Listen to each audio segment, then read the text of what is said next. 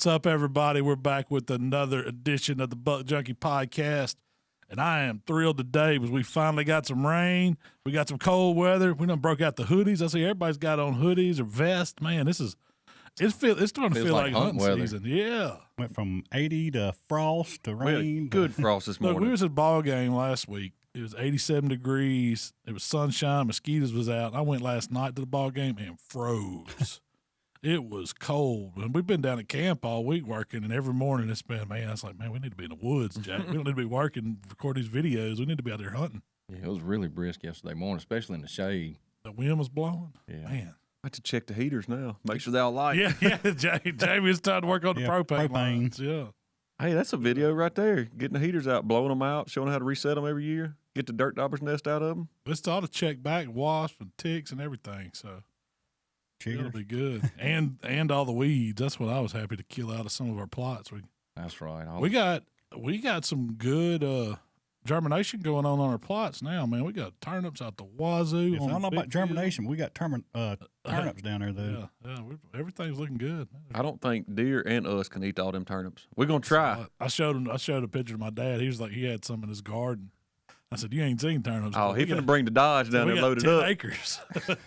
Did you tell him we had cameras, no stealing turnip greens? I can see him now. Dad and Mom out there with a bag picking them. Oh yeah. Man, my mom would stay out there all day. She'd be fighting the deer off. She hates a deer. They eat her peas and turnips. They wearing them out on that one camera right now. They are. So, Mikey, this is your week on topics, man. What are we going to talk about? Are we going to kick us off today and see what we got going on? Man, we this week we're going to talk about different tactics on different types of hunting land. So from government land to private land, that might be a lease or something you own, to maybe a high pressure hunting club or something like that. Just experiences that we've had and tactics that we've used over the years to have success on those different ones. Because I know me and Jamie have been in hunt clubs, and you have, and Mark's probably been in some, and we've all had different experiences on different clubs and different types of property. But just try to talk about some of the do's and don'ts and the things to look out for when you're actually getting in a hunting club or you're hunting in a hunting club. Man, some of my experiences followed in with Mark stuff last week with hunting fails, screw ups, and sticky situations. Yeah, all those go in hunting clubs. Hey, I have been in some of those, especially some of the dog clubs I went with before. There gets all kinds of sticky situations now. Easy. Before we jump too far ahead, Mikey, who's on the board? Well, I think Malcom's on the board. What he was? I we were told going to y'all, skip it, but then Malcom could sit down in here and he got offended because he got nobody. Does the armadillo count? It counts. It counts. I got two on the board then. Because I let Michael shoot one with the shotgun because I hate armadillo. I don't know about y'all, but man, they dig ankle breakers. They do. I mean, it never fails. I'll be walking down the trail or something, and there's a daggum armadillo hole in it. I'm gonna step in it. But they will destroy. They destroy everything. I consider them invasive. They're a hard-shelled pig, ain't they? Yeah, oh man, they're terrible. State of Mississippi does too. Do they consider? Is it considered a nuisance? Or they want you. That was invasive. When I was trapping wild animals, that was the one animal that I had to dispatch immediately, or I could not let it go. Really? You had to kill it. What'd you do with it after you kill it? Just find a. You didn't eat them, did you? You've seen the people that eat them. No, I ain't never been that. That's one of the. I don't know how many animals do, but it's one of that carries actual and spreads leprosy. Yeah, yep. I guess it's got some gene or something in it that carries that. I wouldn't want to mess with them. I don't ever touch them. I mean, I always wash my hands when I used to mess with wild animals or wear gloves, but still, with that one, you make sure you clean yourself after you get through handling one of those. I was coming off the old pond levee, had my dogs with me, holding the lap dog, and had Lab sitting beside me, and I saw armadillo sitting. It was broad daylight. I mean, most of the time you don't see them to the evening, at night, but it was middle of the day. I come over that levee, and that jerker didn't see me, and he sat there, and I just slowed down, checked back a little bit, and I said, I hadn't had nothing with me to shoot with. Holding a dog. And I said, all right, I got him with his front right tire. And, man, I eased up on him and gagged it on him, and, man, I got him good. Have y'all ever watched Jackie Bushman? I know, yeah. Jackie Bushman, there's about several videos where he is chasing trying to them. catch. Yeah. Yeah, a Getting armadillo. it. Now he's he's a good bit older than us, but he was probably our age back then. Yeah. And he's caught some of them. Hey, Dip nets So, and stuff hey, like that. hey, I got a good story about that. Now, this back in my younger days. I was working at a casino as a bellhop at a casino. Me and used to hang out with those valet guys out front. They'd park the cars. I'd take the bags in. We had these old people from all over was coming to Tunica back then to the casinos. And I don't know where this guy and his mom was from, but he had the craziest voice, and everything he said was, "Hey, Ma, look at these suitcases." And he was, I guess From he was Boston? Yankee, somewhere. Is me and old dude named Charles was out there, and there's an armadillo walking around in the bushes. And Charles said, "What's this?" And he eased up. And Charles was one of them can't get rights kind of. Oh, really? I think he might have done a stint in prison, Parchment sometime or something. But he was parking cars. So he eases out there in these old bushes around Samstown, comes back out with his tail, and he's just got this armadillo, and it's just kicking. He just holds And the dude's over there going, "Hey, Ma, he caught an armadillo."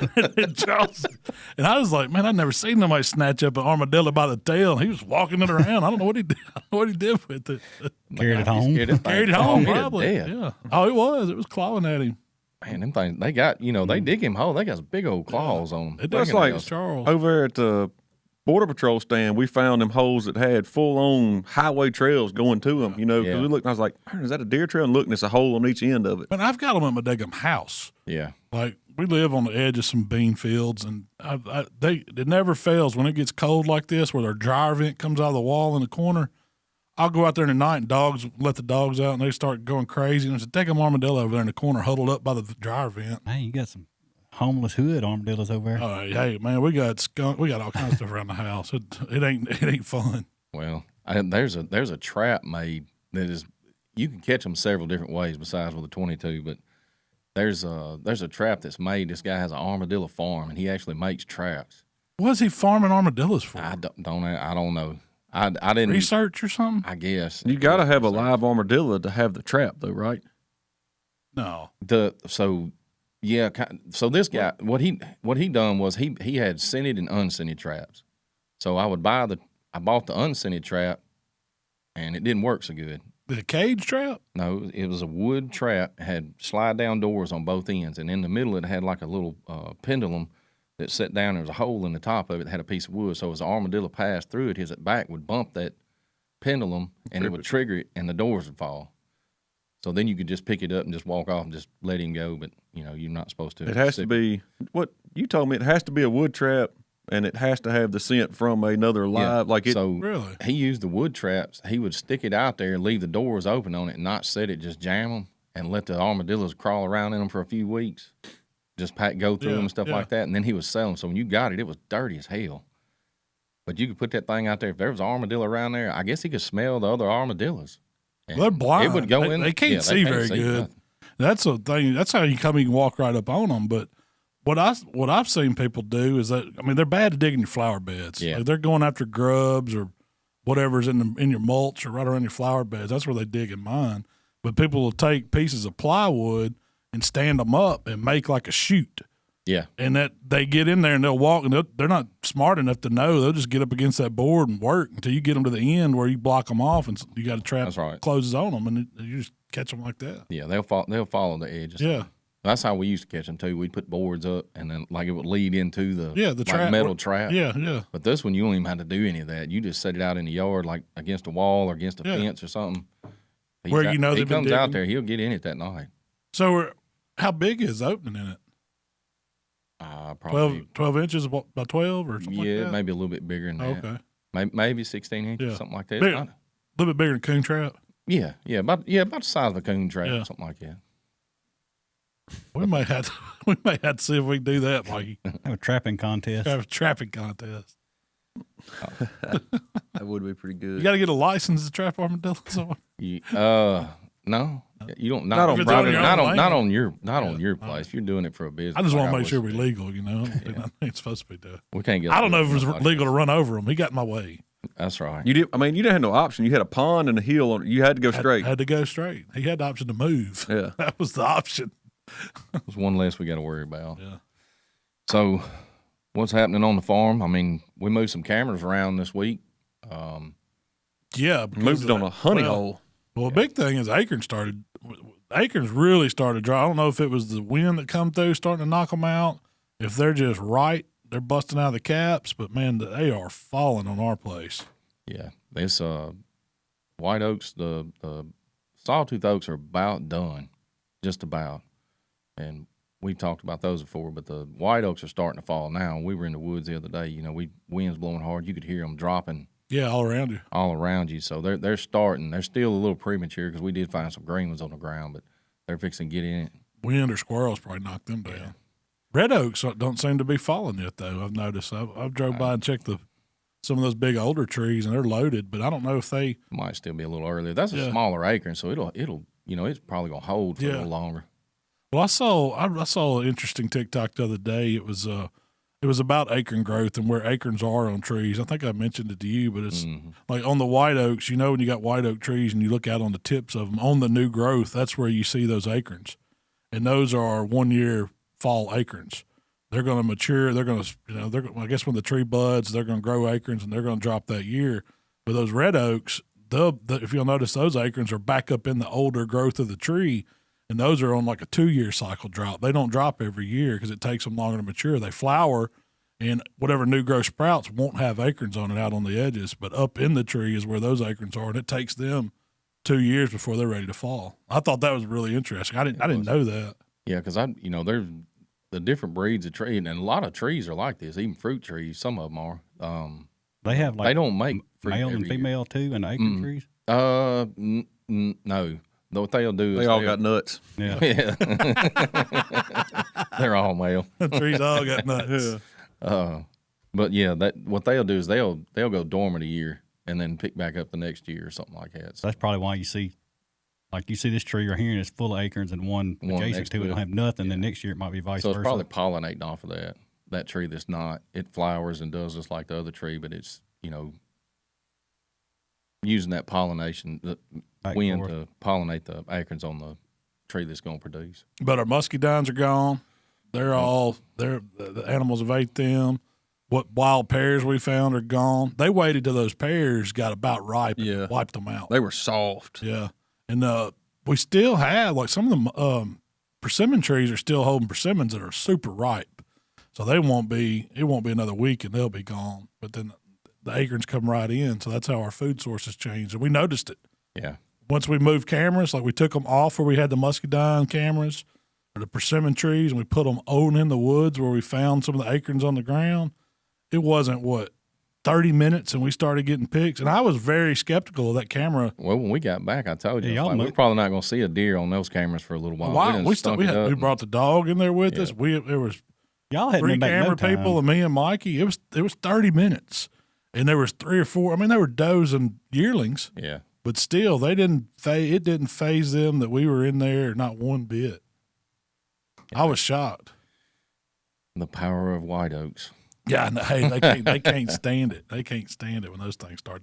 They'll leave other acorns, like they'll leave sawtooths, they'll leave red oak acorns to go to those white oaks, and I guess it's because each species of acorns has a different like bitterness to it. I think so, and they like the flavor of that white oak acorn. That's what that guy I watched on YouTube one day, or maybe it was TikTok. Anyways, I was watching him. That's what he was talking about, the lactic acid that's in the acorn, the different colors of them. I think we talked about this before, maybe. But, the lighter colored acorns are more sweeter to the deer than the darker colored acorns. And, that can vary on a tree, too, because I've seen that on mine. Some of the acorns are a little bit different shades, that fell off a different tree in the yard. But I noticed that on some of those I was looking at. Some of them they're so brown, they almost look roasted or burnt, in the cup. And then you get some that are super light, but it's the same tree. I didn't know if it was just different maturity of the acorn on there, or if it's a difference in them. But yeah, he said it. They'll still eat them, but they prefer those sweeter ones first. So, the amount of food, like, say, what do you think one of those big white oak trees drops? Like, if you were putting out equivalent in deer pellets or corn or whatever that you could get out of one of these big oak trees dropping acorns. A bit. Is it ever what do y'all think a 5-gallon bucket of acorns weighs? Probably 30 pounds. Easy. Maybe. Yeah, 20 or 30. So Mom's got one right next to her house, right on the edge of the road. And I used to go out there and rake them up and put them in buckets and then throw them out for the deer at my house. Yeah. And I filled up 2 5-gallon buckets out of her ditch. Just, and there was still a bunch left. So, I mean, that was 60 pounds of acorns there.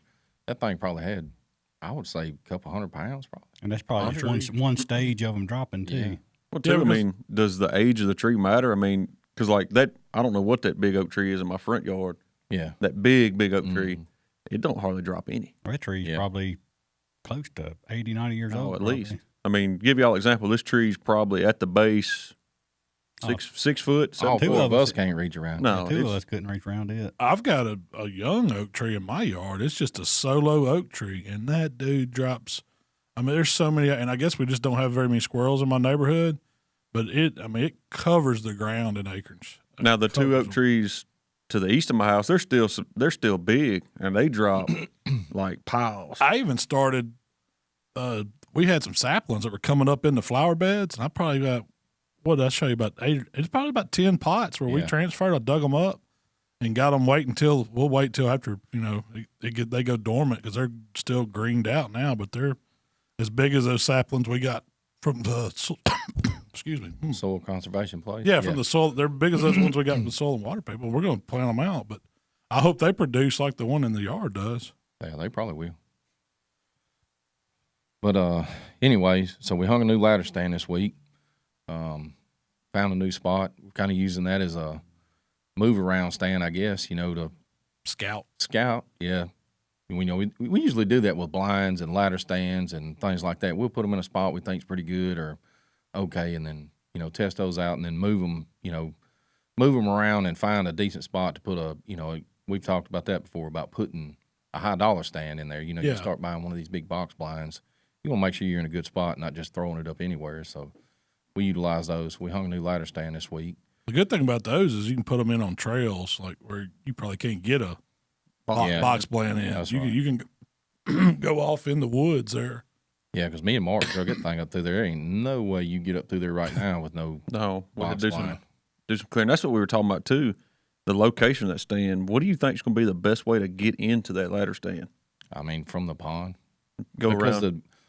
The reason why I put that up on top of that ridge is because on that downside of that ridge, there's a lot of just brush and stuff like that and cane thickets down there. And almost every time I rode through there, I push deer off that hill when I ride down the 4-wheeler trail on the lower side of that ridge. So I'm putting that over there, hoping, if you're hunting a north wind or a west wind or something like that, those deer, if they're staying on that side, you come in from the pond, you're going to ease up there and sit down. Now, you can't see crap down through there where they lay at. Oh, that's thick.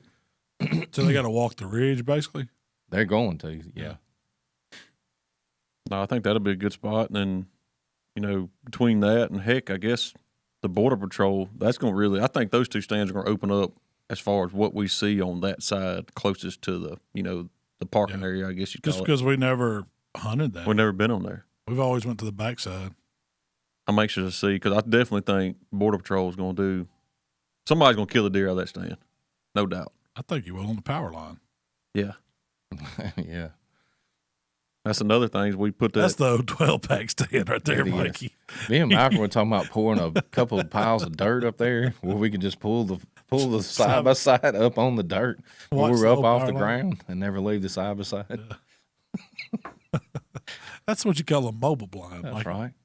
was trying to get Mike the other day. We was moving it. He was in it, trying to get it situated. I said, man, just stand up with it around you and just take off running. He fell off that hill. That would have been fun. No, it drops off pretty good there. You got tangled up in that tent and went off that hill.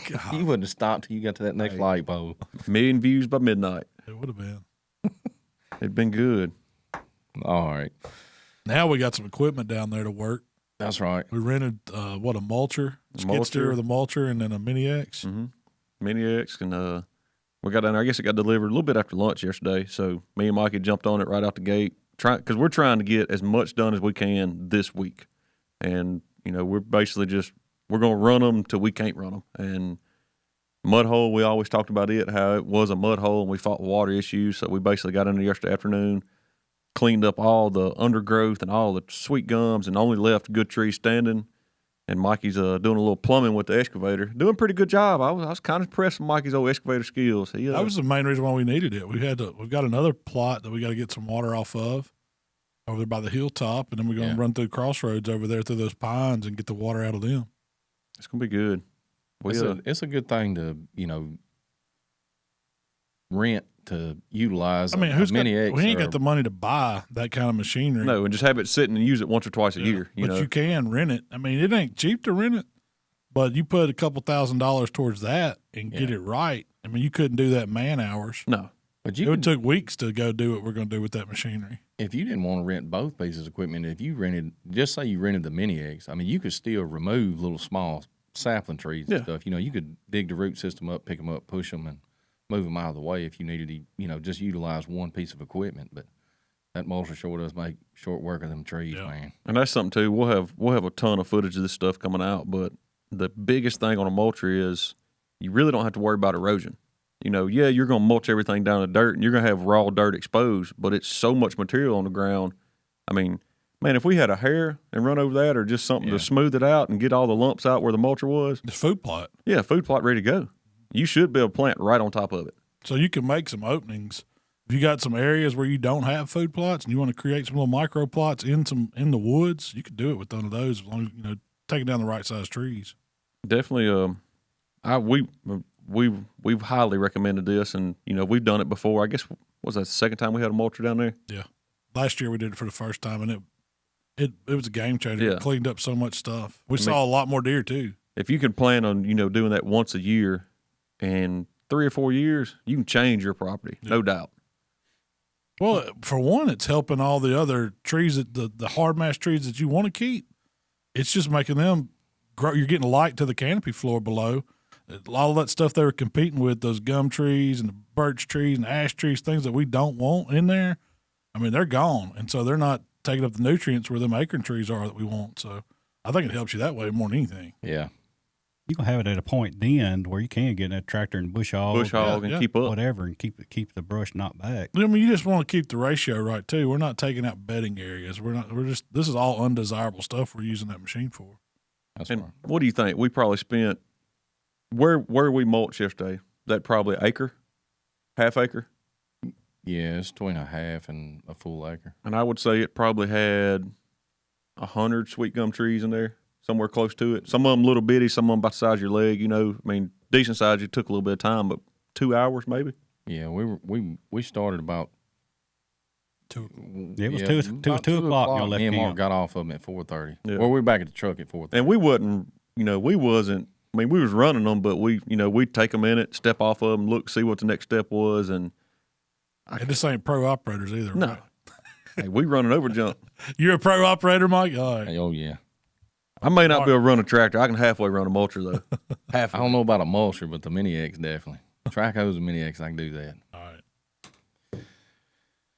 right. Let's go. Let's go. All right, so our first topic, or our topic today is, tactics and things we use or we've had success with on these different types of land or hunting clubs or, stuff like that. So we'll start with the private land, and we talk a lot about what we have success with on ours, but, if your private land ain't just owned land, it's going to be leased land also. So Yeah, because the average person is not going to go out and drop no a couple $100,000 on a couple acres of land. So, some of the experiences we've had with, we can just say lease land, or permission land that you've had, one of the, what do we look for when we go in to a piece of lease land?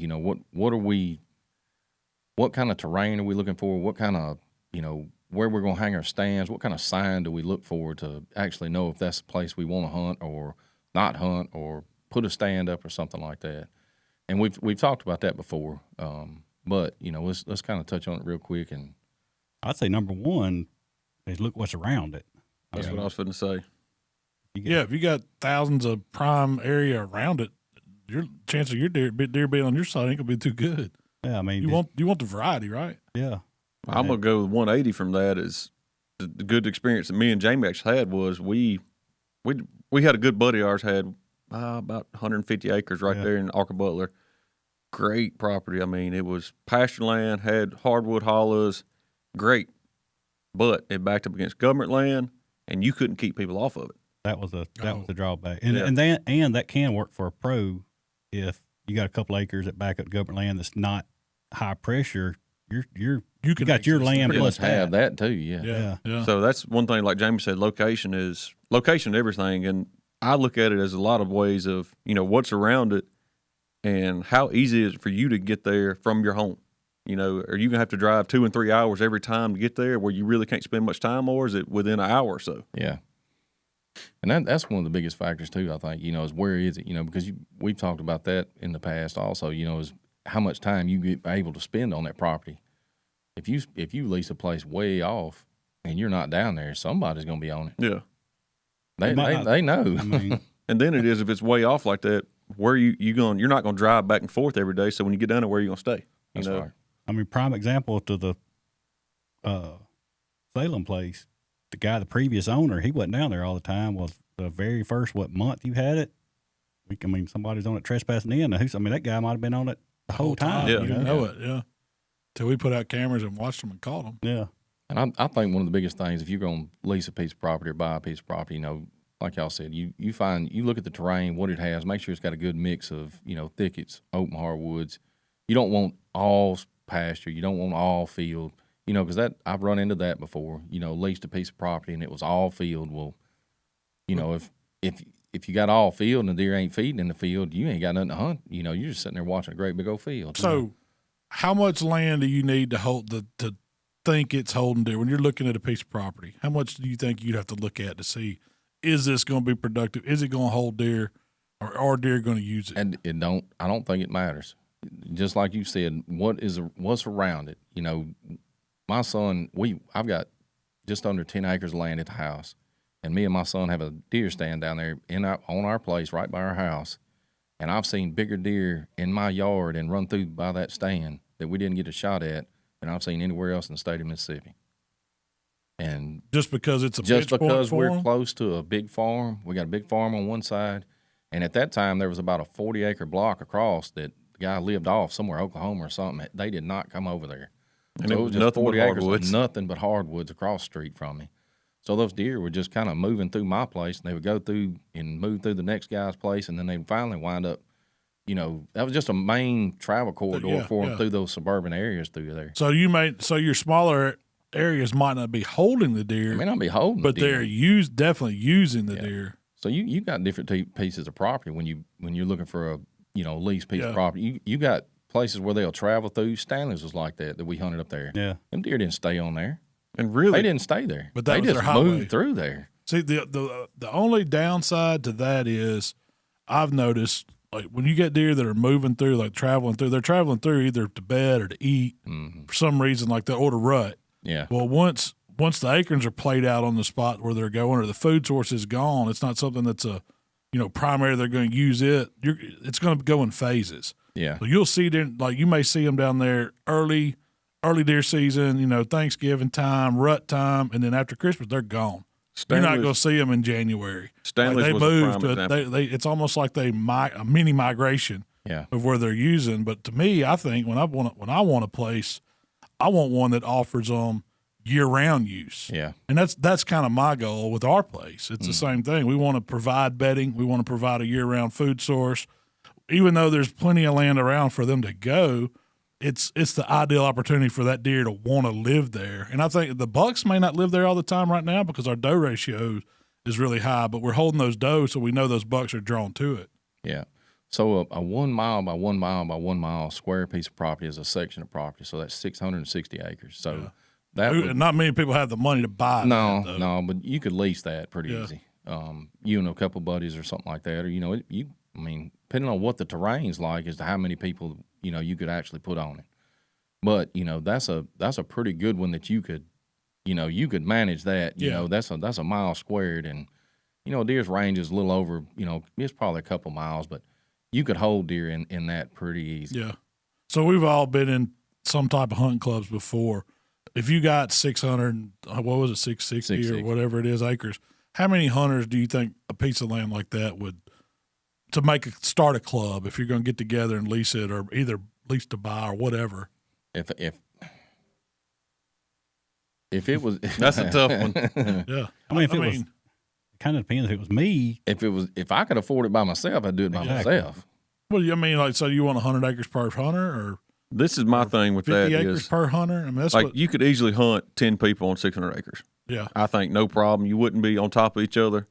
But I don't know 10 people I want to hunt with. Yeah. I Like, guess that gets to be the problem. Yeah. When you talk about problem hunting because clubs. I've always wanted to bring this up and talk about this is, when it comes to these hunting clubs and you getting together, it's very few hunting clubs, and I'm not saying this because we all know each other, that has a relationship we have. Yeah. That, we all are like-minded. We know what we want to get out of the hunting season, and we all share the same values and thoughts about things.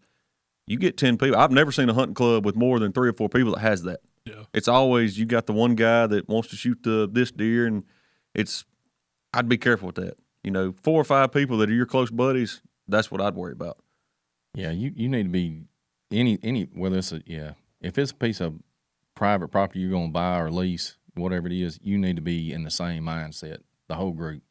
If you got one guy, he just want to go down there and kill, you don't need to let him in. If everybody else, if you got the same attitude, Yeah. Because all it's going to do is cause problems. You're going to wind up either trying to buy him out, or it's just going to ruin relationships or something like that. Don't go in there with somebody that's got a different goal than you have or the group has. So, because it'll turn nasty fast. You don't want to start something you got to stop later on. So have y'all been in any of these clubs where you just see them post a membership? Hey, we got a few spots. Yeah. What was your experience like being in a club like that? It was not good. Really? My thinking on that is that all that club's want to do is get somebody to pay their dues that year, and who cares if they come back next year? They need the money now to do whatever they got to do, and the next year they'll just find somebody else to do it. Yeah. One of the biggest clubs I got in, it was a group of us from work got into it, which it was, we all hunted kind of tight together, and there was probably 50 members in this group or more. I never met everybody. Yeah. We had 6,000 acres. So, but anyways, they ran dogs, a lot, which I like getting in on a dog race every now and then. There's nothing wrong with it. It's a lot of fun. But my main focus was still hunting and trying to kill, a decent buck. These guys, they didn't care. They just wanted to shoot everything that was in front of the dog. Yeah. Anything that was in front of the dogs, they was getting it. But we were able to have success in that, finding places where, like, cut over thickets, thick places where the deer would hang out at and stuff like that, and stay on the edges of those or try to get out in them. And me and these other 3 guys, we actually wound up killing nice deer on this dog club that these guys, they'd pitch dogs out. You got to deal with that now. You liable to get up in your stand at 5 a.m. in the morning, be sitting there, and they pitch dogs out right on top of the ridge on top of you. That's just part of it. But those deer down there, I think, get used to that, and you kind of got to find the places to still hunt that, those big deer hang out. Those big deer are hanging out in, because they are on those big clubs, and they do push them through with the dogs. But that if you're not, if you had your own lease and stuff like that, and you were trying to run dogs, somebody wants to run dogs, or somebody just wants to kill everything, you just don't want to try to get in that with somebody especially if you're going to lease it or buy it. You pull up at that camp for the first time, and they got more skinner racks and they got cabins. You probably need to stay out of that one. But we've all had success, and we talk about the success we have on private lands and stuff like that. But one thing we've never talked about is like success we've had. Jamie's been in a couple of clubs. I have, y'all have. But what do we look for on those clubs? When we go into those, that was one of the things that I always wondered, how do these people get in these clubs that have these, like y'all were talking about, like a tight-knit group of people, and they know how to, they all know everybody has the same goal, I guess, they all have the same goal. And I don't know of one. Yeah, I've been in probably 5 clubs, and I don't know if any of them all had the exact same goal. I think if you find one like that, it starts just like we did. Like, we were friends before we ever hunted together. Yeah. And I think that's a lot of it. Like, but when you start drawing in people from all over, I've never seen a club that you did not hear some kind of bickering or some kind of something go on. Yeah. And it don't matter if it's a $300 a year club or $300,000 a year club. I know some of the guys that are in the Delta clubs down there on the other side of the levee. They gripe about something every week. Same situations going on. The only ones that I don't hear have problems with have real strict rules, and it's a real small group. Yeah. And it's not a cheap club. Oh, it's no, they're equity shares where they're spending hundreds of thousands of dollars to own a part of the club. So And I mean, it's okay to you got your opinion on how you want to hunt. You got yours, and I got mine. But when you put everybody together in the same location, same spot, like I say, you're butting heads. what do y'all think the number one gripes are? What size deer to shoot? Killing too young a deer or whatever. Yep. So when you was down there across the levee, how did they get past that, or do they get past They it? don't. They don't. It it's still just- happens. Yeah, I mean, it's. I mean, you got people, and I see both sides. You got older guys been in the club since day one, 20 years. It's deer camp. Yeah. You got guys like our age, or they're wanting bigger bucks. So they're. I mean, they love deer camp, but they want. I mean, you're spending $1,000 Their a entry year. fee was a lot higher than them older guys. Yeah. Yeah. You wanting to kill good deer, and then you got some of the older guys that's killing borderline, or like, man, we're gonna meet our quota too soon. I want to go ahead and get mine before my quota gets met. Yeah. That was, that would be a hard. If you, what did it cost when those guys 20, 30 years ago to get in? $2,000 or $3,000, $2,000 or $3,000 at the most. Now it costs what? 70 plus probably $3,000 a year Dude. dues, which covers your caretaker, your food plots, your feeding, your minerals and stuff like that for your deer, maintenance. And Plus, they want you to build a camp too. yeah. You're going to have a place to stay there, right? Yeah. It's most of them are like, I think maybe a house, maybe a camper or something for like a year, and then after that you pretty much got to, if you're gonna build something, it's got to be like established built type building. And two, something I think that, I mean, I don't know, it may not be true, but just from what I see, and I mean, even we talk about it too, is it seems like a deer hunter plants his first food plot, he thinks he's a freaking farmer now. And he knows exactly what's going to be in that field every year. And I mean, that's something we talk about a lot. Yeah. Everybody thinks we just figure out what seed we want to go plant it. No, we sit down and have conversations leading up to that to figure that out. And that's something that I'm sure some of these old timers gripe, well, we got to plant nothing but clover, or we got to plant nothing but turnip greens. Like, that's something that's going to be brought up and talked about. You're going to butt heads about it. It's nothing that's been no more land than we got. It's been thousands of dollars spent on it. So you talk a 10,000 acre club, you're spending $20,000-$30,000 on food plots and minerals and stuff like that for your deer. Then you got to get the people there to plant it. That was a problem when I was in the club. Was you would get in, nobody wanted to show up and do anything. All they want to do is come on opening day and hunt, and want to get the primo stands. They want the good locations, and then you got arguments over that. Who's going to hunt where? If you hadn't done any work, any scouting, any food plotting, any of that stuff. Man, I was in a club one time, and I forgot how many thousand acres it was, 2,000 or 3,000. Went down there, work day, done my deal. We had a building had that extra leftover seed and stuff in. Well, like next week, it's like the seed's gone, but nobody's planting nothing. So we questioned them about it. We come to find out the president and his son, his buddies, had another 500 or 600 acres down the road. That's where our food plot stuff that we paid for as the club members went. I can see that. That was after all that confrontation. That was I got booted out on that one.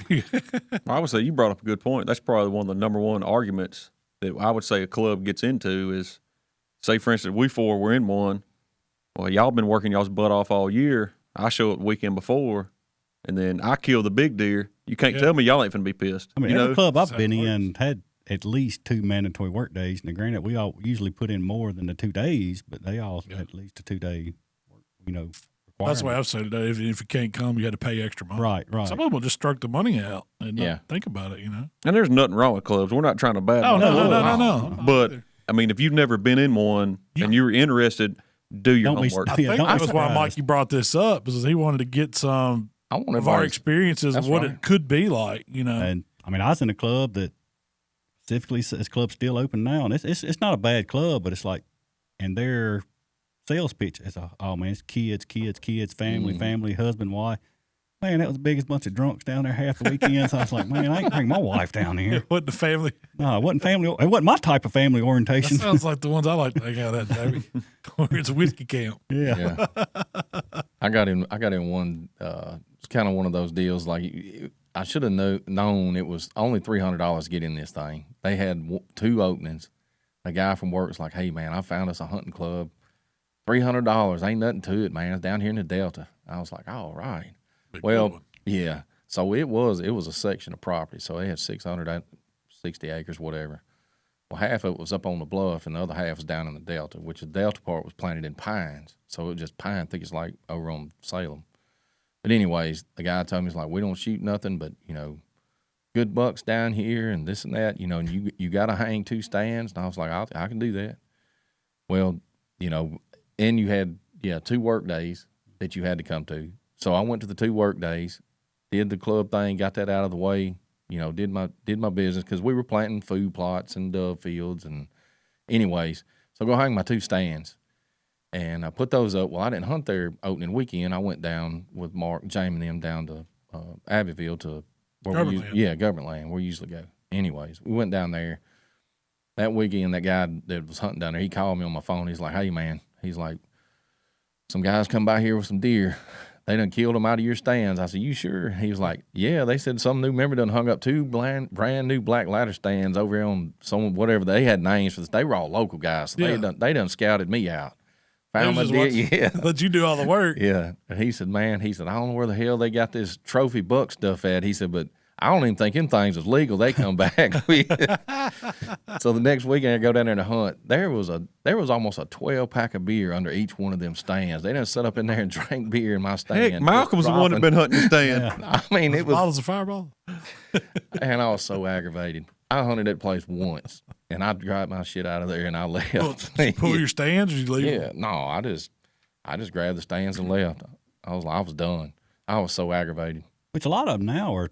The last 2 clubs I was in actually had, a full property map at the camp house in the morning. Yeah. You go in and you say, hey, I'm hunting, stand in the red block area, whatever, and that's hopefully kind of stuff like that you can avoid. But and I think that's the way you can have success on a hunting club. If you're going in there, if they have a design made up where they that they have a restriction on buck. Yeah, they got structure. They got restrictions on bucks. They want to kill does stuff because you got to do that. You're required to do a certain you're upheld to a certain standard on the deer. But they also have like areas. You do have to put up a club stand and you can put up one of yours. But you have to tell them where it's at, and they're trying to be safe and make sure everybody's spread out. That was one of the biggest things I had to avoid, like on private property or hunting clubs, stuff like that. If you don't have that, if you overcrowd an area with people or stands or something like that, it don't make a crap how many acres you got. If you got stands on top of stands, you're not going to have any success. Yeah. You're just not. Well, let's flip the script on that. We talked about what it could be like being in a club. What about if you're just going to be a public land hunter? That's another option. Mississippi's got a ton of public land. So all states don't have what we call government land. I don't think so. Some states have it to where, but you have to be drawn to hunt that land, even if you're from that state. I'd be surprised. I'd be surprised if most states don't have some type of public. Every state owns property, right. Whether or not it's suitable the for federal hunting. government land, some of that you can hunt too. It just depends on the regulations. You got to really watch the regulations. We're lucky that we're surrounded by a lot of government land in our state. And see, I know you get out west, I want to say west and up north, that none of their properties are broke up like it is down here. Like, it's still just like you say, every property block is a perfect square. Yeah. So, like, everything, if you look at a map and property lines, it's a perfect grid. You don't have a weird shaped property because a creek split in 2 properties. No, you have a square block of property. And that's when it gets tricky up there, is because a lot of those blocks, it'll be government land, but it'll be surrounded by private. You can't get to it. Yeah. But we're lucky in Mississippi because we have, more Actually, than good government land. land. We do. When Some of the first land that I hunted was government land because I didn't have the money to join a club or to buy my own land or anything. I was young. I guess just starting out, so I'd go down and hunt some of that core land down at Coldwater. Yeah. Like we were pretty lucky when I grew up. We had a ton of land to hunt around the house that was private that we had permission, but we still had a little hunting camp down in Abbeville. And to this day, to this day, we still have it. And I don't know how many thousands of acres down there, but it was a very low pressure government land. It's there was part of one Holly Springs National Forest, isn't it? Mm-hmm. Yeah. There was 1 or 2 years that you might see 1 or 2 other trucks down there, maybe if that. But we've had some folks run dogs through there a couple times, but it was good land. And I guess the last few years I've been down there hunting, I ain't seen a soul. And it was I ain't gonna say you can go down and kill no monster buck, but it was you There's put been your some good ones killed down there. Now, Jamie's killed a good one down Jamie's killed a good one. Billy killed a good one down there. I I think. go to that little store on Highway 30 and look at some of the deer that come from down there. I mean, There's there's a bunch of deer in that area.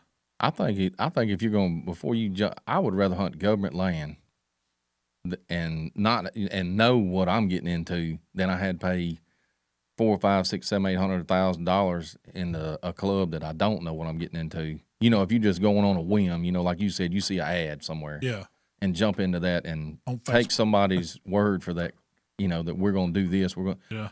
It'll be more frustrating than hunting government land. Well, you have a huge advantage now. There's all these apps and maps and satellite. You can go in on government land and find some jam up spots that the average person is not going to walk to or boat out to or whatever to get at. That's the big thing with government land. You got to be willing to put in homework. Work. And you can't just say, "Oh, well, there's some good hunt."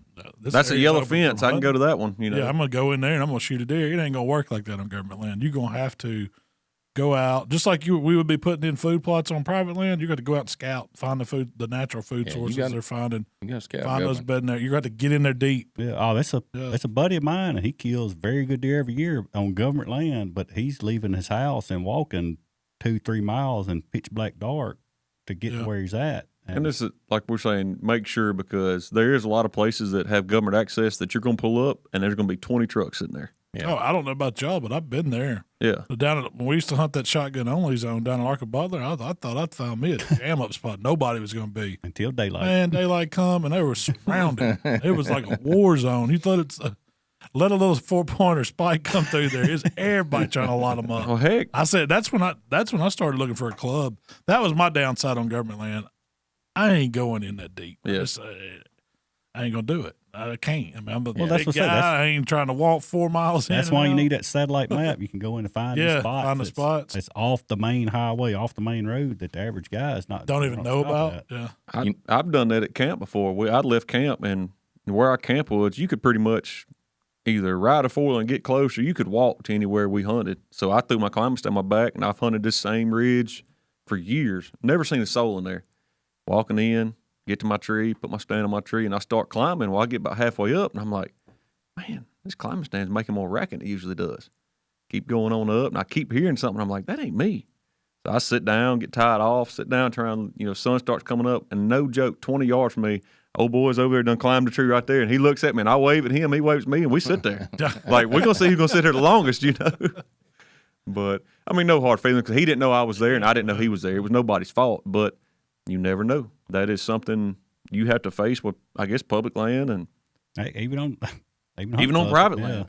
One of the biggest things to avoid on like public land is definitely opening day. You pretty much hang it up hunting opening day. I mean, you can, but if it's an easy access, if it's got a parking pad and a logging road going in, somebody's hunting. Right. I'm talking about like 4-wheeler access, parking pad. It's a hot spot.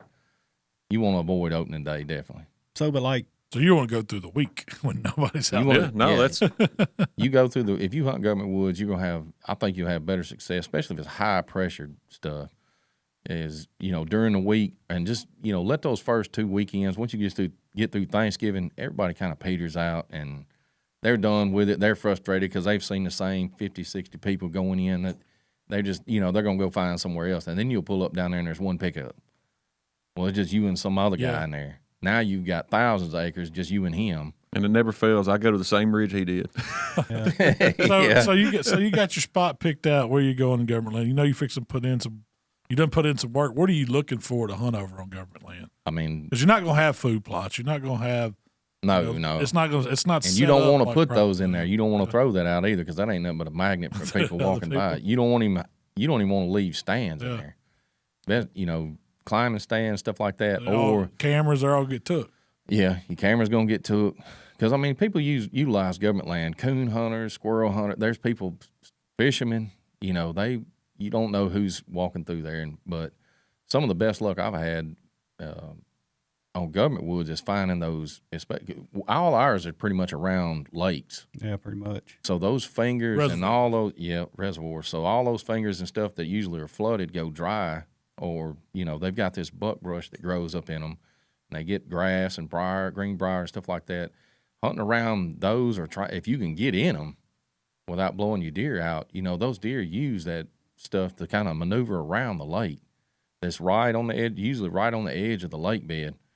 And, it's up in those fingers and stuff like that, and they'll utilize that to kind of move around the lake. So that's what I was finding pinch points between bridges and draws where it was growed up and it was bottom, like that river bottom land over where on the cold water side of Armadillo. It's still poor land. I would go in there, and I knew that the deer were traveling. I just found trails. That's what I was looking for. And we'd walk in, and we'd find us a good trail that split, knowing where the deer were coming through. And, we wasn't hanging stands. I would just find a brush pile to get in, or a lot of times I'd find an old bucket that had washed up because the lake bottom been drawn down. Yeah. And just make a makeshift blind, and I knew I could get back to it. Now, it got sketchy a few times coming out there at night. When you hunt, till plumb dark, and you're coming out, and everything, you got to know where you're going on some. Everything looks the same at night. It looks the same. You're hearing, you can hear the road. It's somewhere, but it sounds different. And one time I got in there and got into some pretty deep water and mud. I was like, man, I don't know if I'm gonna get out. Luckily, I got to where I could see some headlights. I knew the road. And I come out, man, I was a mile away from my truck. Really? I was way on down the road. I'd got turned around in there. Got to following a deer or something. Looking at another trail. It never fails. I'll get in there.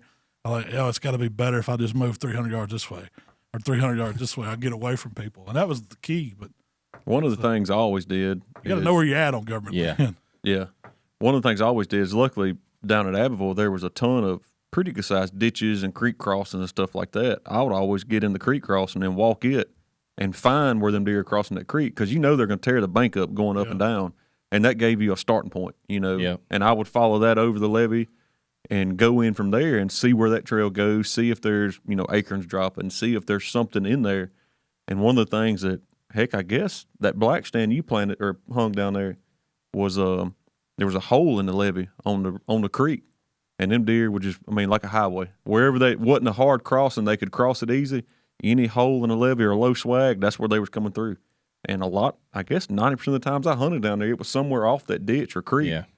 That, A, two things, you can hear them running across water. Yeah. And B, you knew they were going to come that trail 90% of the time. It was well traveled. Yeah. I always tried to hunt that creek and stay close to that creek because it always had, kind of thickets on that levee, and, those deer would, not a lot. Everybody's going to try to hunt the open hardwoods and all that stuff. And in my experience in government woods, that's the wrong place to be. Yeah. Thicker the better. Yeah.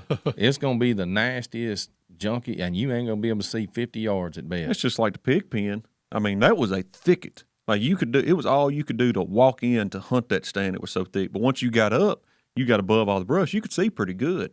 But they would burn that every 4 or 5 years. They did prescribe burning on it. Yeah. And because they would come in, a lot of it was select cut pine, stuff like that we were hunting in. So it would be sage-grass, cane, briar. It was thick.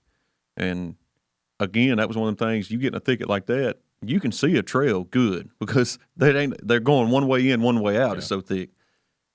And that's the same tactic that you would use on a high pressure hunt club. That's what we did down there in that Tillatobia, that club we were in. It was pretty much like hunting government woods.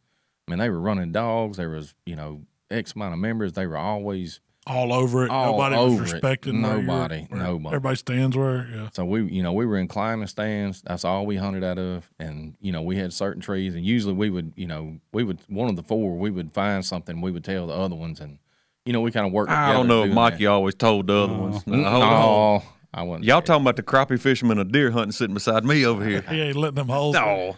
Mike, you seen anything this morning? No. And we'll be going, hush, boy, hush. But I killed one of the biggest deer that year down there, and man, it was, I don't know. Me and a buddy of mine, we had found this thicket of pine trees, and it was thick, just like it is on Salem. And he happened to ride me down. We were riding down through there. He was like, "Come over here and let's look at this place over here," like a 150-acre spot he had found, and he was like, "Let's ride through here. They run dogs through here a bunch, but I want you to help me look for a spot." So, anyways, we went in there looking for a spot and found this doe runs out. It's like December the 1st or something. So I see one doe come out, another doe. They come out of this thicket. And I was like, man, I would probably put something in there. Deer in the middle of the day. Yeah, coming out. It's late in the season. They're bedding in there or doing something in there. So me and him went in there and we found a spot to hang a stand. Anyways, I wound up getting in the stand the next weekend, hungover, I stayed up like 3 o'clock in the morning. We had to get up at 4:30, so I hadn't had much sleep. Slept all the way down there. Anyways, I got up in it and I was like, I'm just gonna take me a nap. And it was a huge 9-point came right under the stand. They were running dogs all around me.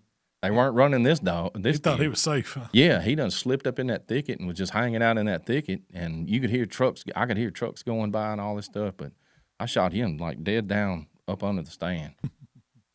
So, and it happens like that in the government woods, too. You're going to get in a spot. You can't. I mean, I couldn't see 30 yards in that spot.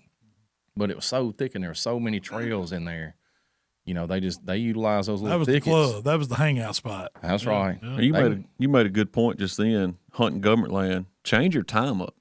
All these guys going in that morning, coming out about 10. Getting that Deer biscuit. catch that cycle. Yeah. I mean, hang around, go in that stand about 10 and hunt till 2. Or, if you're seeing deer, hunt till dark. And, because they're not getting pressured at lunchtime. 99% of your government land is a ghost town at 12 o'clock. Yeah, it is. Well, that's them dog clubs. They quit. They don't run them dogs. Oh, yeah. They got on the store, get some bologna and cheese. Yeah. That's when you can slip in a dog club and still hunt the afternoon, evening. One of Jamie's buddies. Yeah, my buddy Brad, that club we was in, that's what he would, everybody else getting up crack of dawn, and heck, he would sleep. When they all come back from hunting, he'd come up out of the cabin eating breakfast, and they're like, man, what are you doing? And he said, I'm finna go hunting. And he had good success. Yeah. Real good success. You had to change. You had to get out of that mindset when you get into high pressure areas that you're going to go in there at daylight, you're going to kill deer, or you're going to sit in those open hardwoods or on a big field. Everybody else is looking for that. I'm going to tell you, it may sound dumb, but them deer know your habits way better than you probably know them. They know exactly what's going on. Well, a couple of years ago, me and Will, we went down to the government woods, and I hung a stand down there. It was opening weekend. We waited till everybody gotten out. Like you said, it was like 11 o'clock, 10:30, 11 o'clock.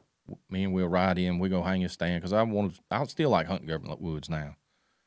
So I went in there and hung a ladder stand in this thicket, and me and Will were coming out, and in that buck brush that I was talking about where the trails kind of split at, a huge buck jumped out right in front of the four-wheeler. And I ain't got no gun or nothing. Me and Will just put the orange on. We just went back there to hang the stand, and this jugger was standing like right in the middle of the four-wheeler trail looking at us 50 yards from us. I mean, a good one.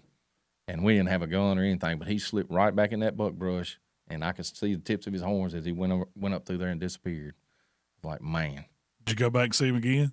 I tried. Never did. I didn't see him. I didn't get to hunt that stand a whole lot because I was hunting 3 or 4 different private property places. So that was just one that I liked. I don't know. I grew up out there hunting government woods and that lake bed, and I always like going back to it. So, Mikey, I see you got the top 5 deer signs you like to hunt over on here. That's that right. can apply to government land, private land, That's Backyard. anything. leased land, wherever.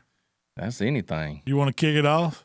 Yeah. So we want to go 1 to 5, or we want to go 5 to 1? Give your best Just one. give your best one. Give my best one. What's the top 5 deer sign to hunt over? We peeking. Shoot. Best thing Yeah, to hunt man. over is corn. Number 1, corn. Corn. What if corn ain't legal where you are? Well, In our case. we're going to have to go with acorns in. Hey, that's your favorite. That'd be your number 1 thing to hunt over acorns, I Father? love hunting over acorn trees because, you find those acorn trees that are dropping like we did the other day. You put a stand in there. You're going to get a lot of activities as long as that tree is dropping. You're going to have to move, but, when those acorns are hitting the ground, it's going to be hot for a while. It's going to be hot. What about you, Jamie? Oh, kind of hard. I mean, afternoon hunting, I'd say food plots. Yeah. Morning hunting, I'm with Mikey. I like the hardwoods, acorns. So, I mean, it's kind of tie. I'm gonna say my number one sign that I want to hunt over or during is the rut. Whenever I know them does are hot and we see some chasing activity, whether it's on cameras, you driving to camp and you see a doe take out across a field and there's a buck or 2 behind her, when I see that, I want to be in the stand, and I don't care if it's morning, afternoon, any time during that day. That is the number 1 sign for me that I want, because I know it might be bucks that we ain't seen on the place. You never know what you're going to see. It's exciting to me, and nothing will make my hair stand up more. Oh, I got some stories with you in the rut. Of when I see a doe come through running and tongue hanging out and beat down, and there's 2 or 3 bucks behind her pushing her. One There thing ain't get nothing shot in the head. I went, hey, Between the eyes. think I won't. I ain't scared. My number 1's going to have to be scrapes. I don't know.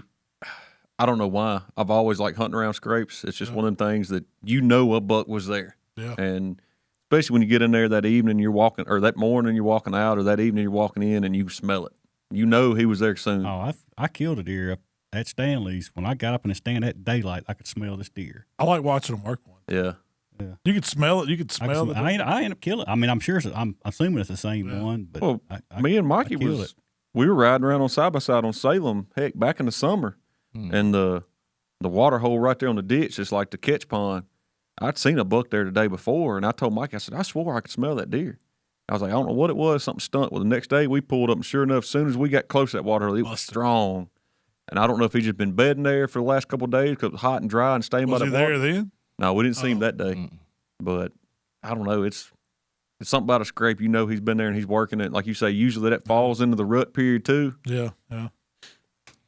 So I guess my number 2 would be like hunting converging trails, like multiple trails either coming to one or coming out of one, you know, where they're really heavy trails. And it needs to be multiple trails on that ridge or in that bottom or in that thicket or something like that. Because you know those, you know, those would be more like travel corridors and things like that where they're utilizing that a lot. So I know I'm gonna see deer there, you know, especially if you see remnants of trails, and especially if there's multiple trails in there. There's some reason they're all coming through there. So, what do you think when you get in the stand at daylight, hunt all morning, get down, you're walking back out same way you come in, and you see this tree just demolished, like you know he's been in there to put a scrape under overhanging limb. That's a good sign. Yeah, yeah. I'm gonna have to go ditch. There's something about a ditch crossing like Mark was talking about. I know it's a definite crossing they're coming up out of. We got one on our place there, you know, in the house place. I know there's deer always use that ditch in the same spot. There's several spots on that ditch that I can see from the stand. Yeah. And that's where my eyes go, to where I've seen these deers come up out of that ditch, and it never fails if I'm sitting on a ditch. And they're Sling Blade last year, he come out of that ditch. Come up out of a ditch.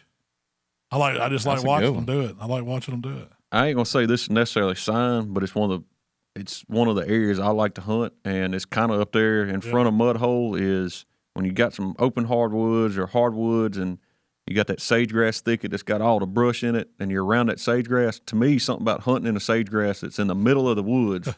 I don't know. That transition that gets me going, man.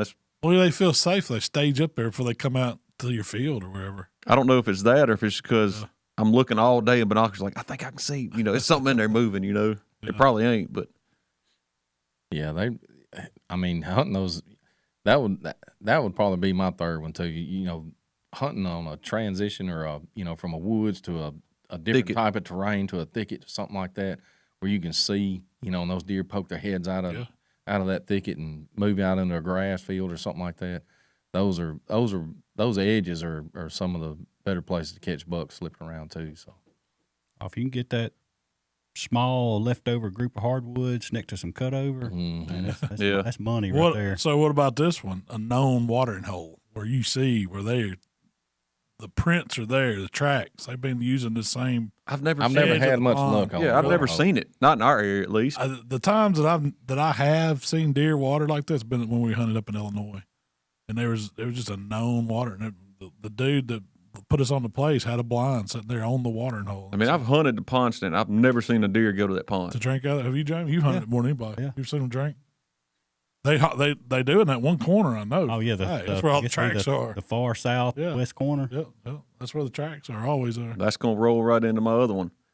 When we used to have hunt Stanley's a bunch, it would always flood up in them hardwoods, standing water. Like to where you're sitting there and you got a little slough or something right there around you, because you can sit there and you hear, and you know something running through that water. Like I've never done that. I've never hunted standing. It's probably what 15, 16 acres of hardwoods right there with a cypress slough, 2 fingers coming out in it that always pretty much held water all winter, and it was all cypress trees on it. Yeah. I've waded water to hunt up there before. See, that reminds me down there at Askew where we duck hunt and it flooded. It never failed. We'd see a deer moving through that flooded.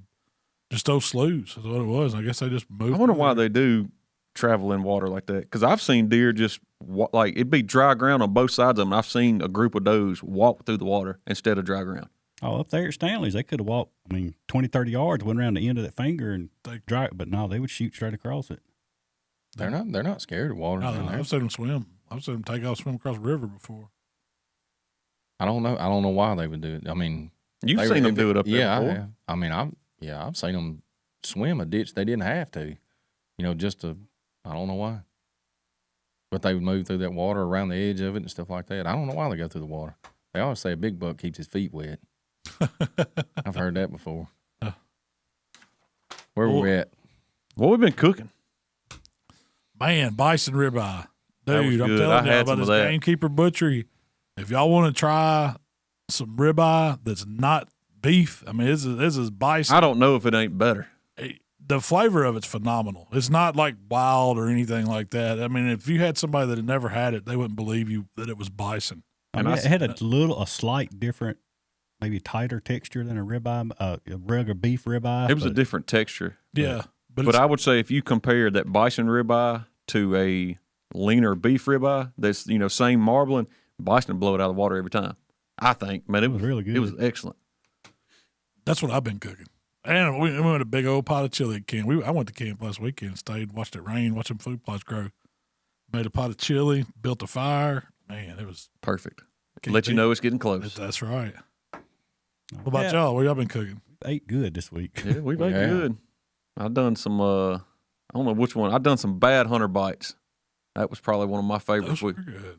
Ate this week. If you didn't know what bad hunter bites was, when you ain't killed a deer and somebody asks you to bring some hunting camp, you got to get bacon wrapped chicken thighs. You are the bad hunter. You are the bad hunter. It's like if you're the bad cook, people tell you to bring a dessert. We're telling you to bring chicken You're a bad thighs. shot or bad hunter or something, huh? Really bad cook if they tell you to bring the plates. Yeah. Bring the plates and napkins. You ain't even stop charged. and get You can't ice. even bring the dessert. Stop and get You ice. get ice. If you the ice man, oh man, Give it Cups and up. plates, you know where ice. you fall. If you the Cups, ice plates, man. and ice, you're bottom of the barrel. Yeah, No, we finna have a ton of good recipes finna hit that. yeah. I mean, really, a lot of this stuff is, I know some of these recipes I haven't cooked on my barbecue channel, and you hadn't cooked on yours. And Jamie did a sloppy Joe grilled cheese. sloppy dough. Sloppy dough grilled cheese. Man, that was It good. was good. Yeah. I didn't see you cook that one, but I tasted it after we came back in. It was. I got out 2 pounds of ground deer because I didn't know exactly how much I was going to eat. I'd never done it before, and then I had a pound left over, so that's what I cooked for supper last night. Really? Cooked it again twice in a day. Did you do the full blown grilled cheese and everything? Or Yeah, I just chili? cheated though. I done it inside on the stove instead on the I didn't know griddle. that.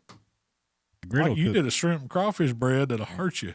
Man, I got it out of the bread. refrigerator and ate some leftovers yesterday down there. So That good, bread was good. Oh, I took the rest of the filling that I had home last night. I made quesadillas out of Oh it. man, Oh, dude, that's a great idea there. yeah, you need to redo that one. Yeah, Who? You could almost make like a shrimp crawfish roll, Yeah. like they do those lobster rolls. I mean, I know that's more of like a salad with mayonnaise and stuff, but yours you could do it like a hot shrimp crawfish roll.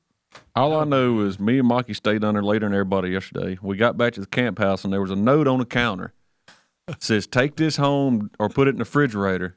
And there wasn't crap There there. wasn't nothing there. It's just a I damn think note. Me and Mark starving to death. Yeah, I we was ain't like- nothing. That was the little fireball weenies or whatever. The it was. whitetail weenies. Whitetail weenies. We were looking for them. We and never it was found them. chicken. It was like a chicken rice vegetable casserole that I did. All I know is I was hungry and it wasn't nothing but a damn note right there. That's it. I think I know. I see Tyler. I see somebody here crying, laughing Tyler so got hard. tickled. He must have took it home. Tyler, you're not even supposed to be eating that stuff. I done told you about that. Tyler ate good for supper That last was night. it. I had a freaking, I don't even what we had last night. It wasn't as good as that though. That paper? Yeah. I guess I was supposed to. supposed to I have did that put the paper up. paper in the fridge though, so it Did didn't you? go bad. Yeah, that's funny. I hope you did. We gotta film that when we get there. Typed it But on the that's what we're fixing to do, man. When we wrap this up today, we're headed back to camp. We finna burn some diesel fuel. We're fixing, we're going to do some work. We got to shoot some more videos, so there'll be more content and stuff coming. Yep. Close Busy us day. out, Mikey. It's time, man. Well, Crap, you put me and Mike on the spot. and you I start- know it. Where can they find us, Mike? Hang on, go to your second page, Mike. where's my second page? Oh, at? you ain't got it. Oh, it's on the Oh, back. it's on the back. Yeah. Gee. It says outro. What do we say there, Mikey?